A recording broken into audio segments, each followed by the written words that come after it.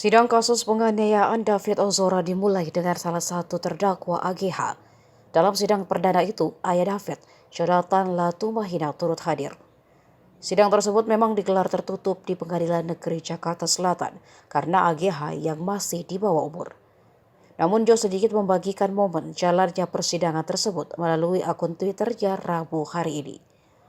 Fakta yakni AG mulai mengalami depresi hingga menjadi stres dan sering berteriak di dalam sel.